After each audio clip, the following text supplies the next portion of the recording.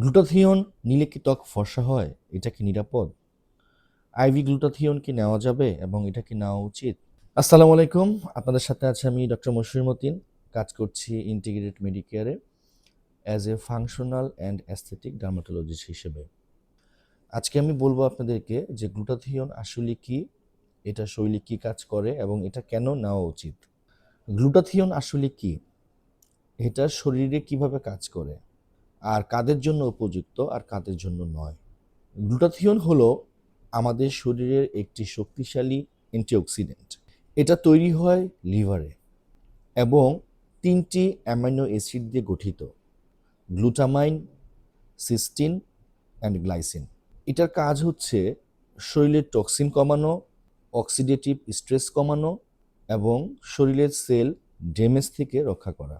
সহজ ভাষায় এটা শরীরের ভেতরে যে ডিটক্স সিস্টেম আছে সেই সিস্টেমের একটি গুরুত্বপূর্ণ অংশ। এখন আসি সবচেয়ে বেশি যেই কোশ্চেনটি আমাকে সবাই করে সেই কোশ্চেনটিতে। সেটা হচ্ছে, গ্লুটাথিয়ন কি আসলেই ফর্সা করে? বৈজ্ঞানিকভাবে বললে গ্লুটাথিয়ন মেলানিন প্রোডাকশন কমাতে ভূমিকা রাখতে পারে।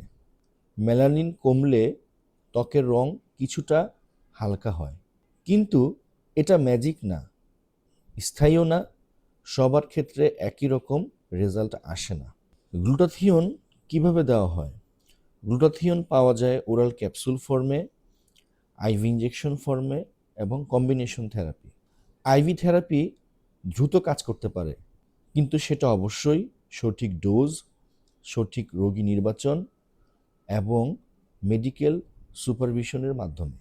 নিজে নিজে বা অজানা জায়গায় গ্লুটাথিয়ন ইঞ্জেকশন দেওয়া খুবই ঝুঁকিপূর্ণ। তাহলে কি কি ঝুঁকি ও পার্শ্ব প্রতিক্রিয়া হতে পারে? যদি সঠিকভাবে গ্লুটাথিয়ন ইঞ্জেকশন না দেওয়া হয় তাহলে প্রথমেই হতে পারে অ্যালার্জি, যে কোনো ধরনের র্যাশ, কিডনি সমস্যা, লিভার স্ট্রেস, ইলেকট্রোলাইট ইমব্যালেন্স। বিশেষ করে উচ্চ ডোজে দীর্ঘদিন ব্যবহার করলে এ ধরনের সমস্যাও হতে পারে। কারা নিতে পারেন?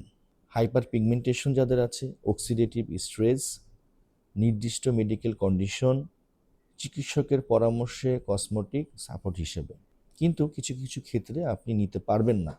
এর মধ্যে গর্ভবতী নারী, যাদের গুরুতর কিডনি ডিজিজ আছে, অটো ইমিউন রোগে যারা ভুগছেন, এমন ব্যক্তিরা এই ধরনের ইঞ্জেকশন নেওয়া থেকে বিরত থাকুন। আমি সবসময় বলি, ত্বক ফর্সা করাই লক্ষ্য না, ত্বক সুস্থ করা এটাই হচ্ছে আসল লক্ষ্য। ঘুম, পুষ্টি, লিভার হেলথ, হরমোন এসব ঠিক না থাকলে শুধু গ্লুটাথিয়ন দিয়ে স্থায়ী পরিবর্তন আসবে না।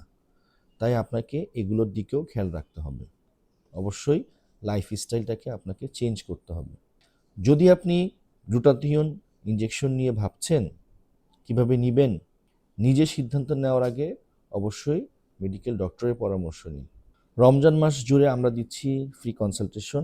আপনারা চাইলে আপনাদের সুন্দর ত্বককে সুস্থ রাখতে সঠিক তথ্যটি জানার জন্য আমাদের এখানে আসতে পারেন।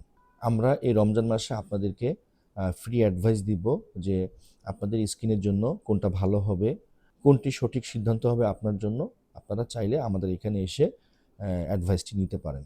আপনারা যারা যারা গ্লুটাথিয়ন ইঞ্জেকশন নিতে চাচ্ছেন তারা চাইলে আমাদের এখানে আসতে পারেন। আমি ইন্টিগ্রেটেড মেডিকেয়ারে বহু আগে থেকেই এ ধরনের সাপোর্ট দিয়ে আসছি। আমাদের এখানে সুপারভাইজড পার্সনের মাধ্যমে গ্লুটাথিয়ন ইঞ্জেকশনটি সম্পন্ন করা হয় এবং খুব সতর্কতার সহিত দেওয়া হয়। ভালো থাকুন, সুস্থ থাকুন। আসসালামু আলাইকুম।